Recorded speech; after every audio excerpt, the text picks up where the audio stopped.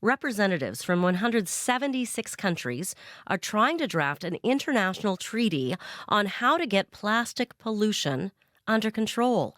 That's what the conference that ended yesterday in Ottawa was all about. The Ottawa negotiations were the second to last meeting of the United Nations Intergovernmental Negotiating Committee for Plastics. Wow. A fifth and final meeting is set for South Korea at the end of November. That's when they're supposed to get a treaty ready. That's a big job. Barry Friesen was a presenter at the conference in Ottawa.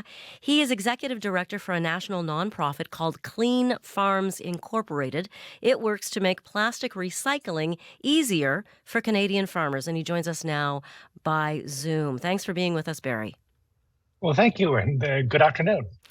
So please paint a picture for us. How much plastic waste do Canadian farms produce? Well, we've done our research, and in Canada, there's about 62,000 tons of plastic being used in agriculture from coast to coast.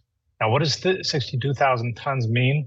If we fully loaded 53-foot transfer trailers, that would be 2,800 trailers every year. And if you parked them with a cab on end to end, that would stretch almost 60 kilometers long.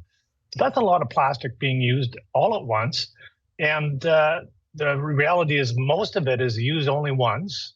Now, we don't call these single-use plastics if we can collect and recycle them, because we want to keep those in the environment and keep them from being littered in the environment and keep them in our economy and being used over and over again. And that's really the goal of Clean Farms. So, first of all, where does all that plastic come from? Well, it comes from, certainly the manufacturers make it, and it's used in many different forms.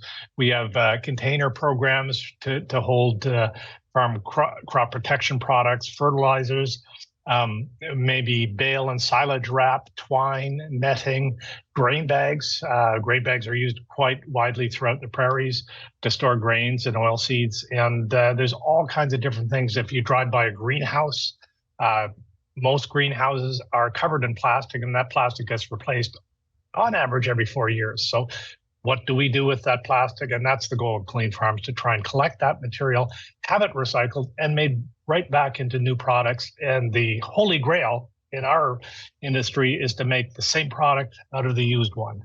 So take that used plastic, shred it up, wash it, repelletize it, make it right back into the same thing. And that's our ultimate goal. Which may or may not be possible. I mean, there is a limited lifespan to things that we can recycle, and limited amount of time that we can recycle them, which is why some people would love to see plastics eliminated altogether. Yeah, yes, you could say that, but the reality is, again, we've done a fair bit of research.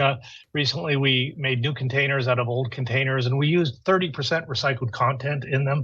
And our research shows that we can just continue to do that. With 30% recycled content, it can, eventually it gets consumed. Things do break down over time. And but the reality is it's a great end use of the product. And of course, there's new products we can make out of it as well. And if it's not recycled, as it stands now, if plastic waste from farms isn't collected and recycled, what happens to it? Well, the reality is it's supposed to go in the landfill. Sometimes it gets stored for some time in the future.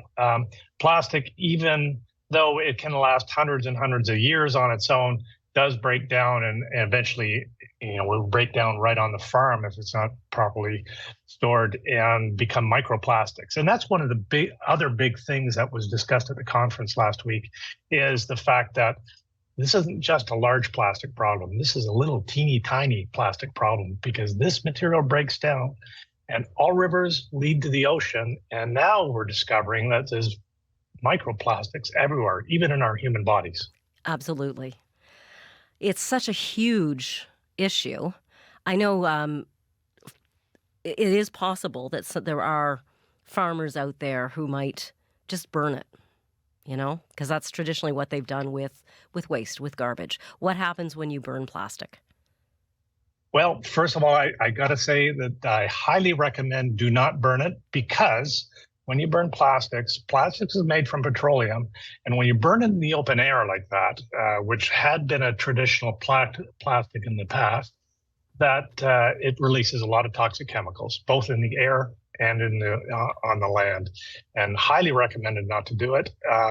Just in dioxins, furans, all these nasty things that we hear about on the news, and these are things that you do not want to breathe in, you do not want to drink, you do not want to eat it, and burning is the worst case scenario for this material. Storing it or throwing in the landfill is the only other option if there are no recycling options for it. Okay, so let's talk about those recycling options because that seems to Yeah. be our best option. Manitoba actually mandates that businesses supplying agricultural products that create plastic waste operate or support a program to deal with it. Mhm. How does that regulation stack up against what our neighboring provinces do, the other prairie Well, provinces? yeah, and the reality is Manitoba is a bit of a leader here in the fact that they have mandated this requirement so that it's a concept called extended producer responsibility, or EPR for short, where a manufacturer and or first seller into an area has to take responsibility at the end of its life. And we have a great program in Manitoba to collect pesticide and fertilizer containers, to get seed and pesticide bags, to collect the bulk containers as well as grain bags and twine. And we're going to be moving to the rest of the agriculture plastics like bale and silage wrap and netting and the like, and even those greenhouse plastics. To be able to do that, it would be really good to work together with Saskatchewan and Alberta, the three prairie provinces working together, even the Peace River region of BC, all being using a lot of the same materials. And that's where you go. And you asked, how does Manitoba stack up? Well, Manitoba's ahead. Saskatchewan does have an EPR regulation, but it's only on grain bags only. And so we've been working with all three provinces, including four provinces, including BC, to see if we can work together and have one rule for all that works together. It's going to be provincially based, but if everybody moves together at the same time, we have a much better option. And one of the other benefits of that is the more that we have together, the better option we have in recycling, because recyclers and recycling operations are very expensive to build and operate, and they like to have minimum volumes. And we have enough minimum volume, particularly on grain bags, if all three work together.